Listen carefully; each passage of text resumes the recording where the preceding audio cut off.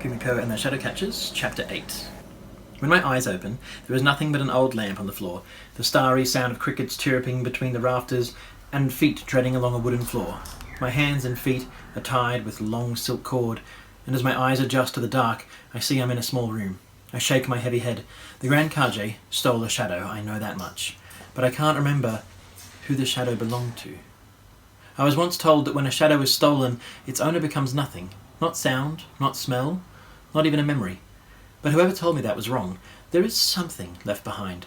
An aching, a knowing that you can't remember something tremendously important. I'm looking about the room for some way out when I hear a gnawing sound in the far corner. A rat seems to have scuttled up from under the floor. To my disgust, it races out of its hole towards me. I try to kick it away until it gives a small flaming cough. It is no rat. The tiny dragon leaps from the floor to my shoulder. I remember it from the Cloud Kingdom, a nervous, copper-coloured thing the size of a small boat.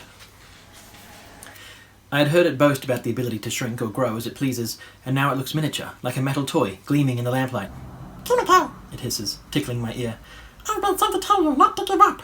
We will not let harm come to you. For now you must remain as the Grand Kage's prisoner, but get him to take you outside.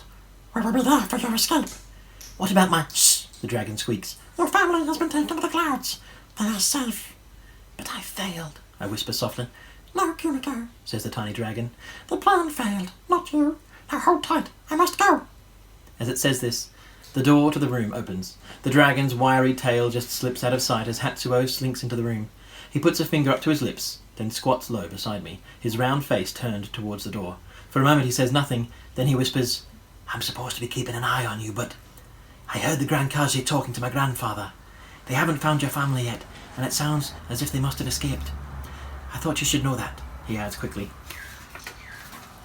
His face is as pale as a bitter radish with no hint of laughter left in it.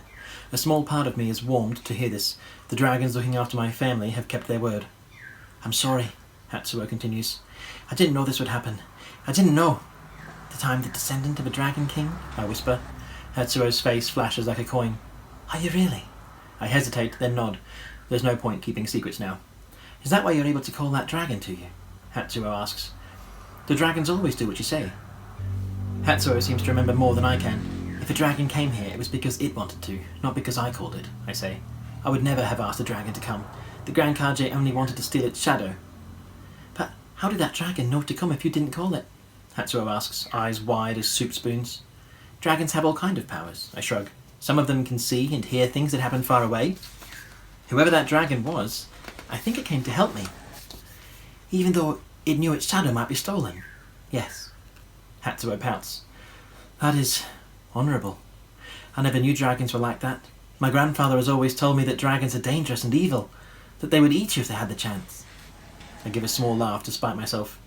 I used to think that too, until I met one.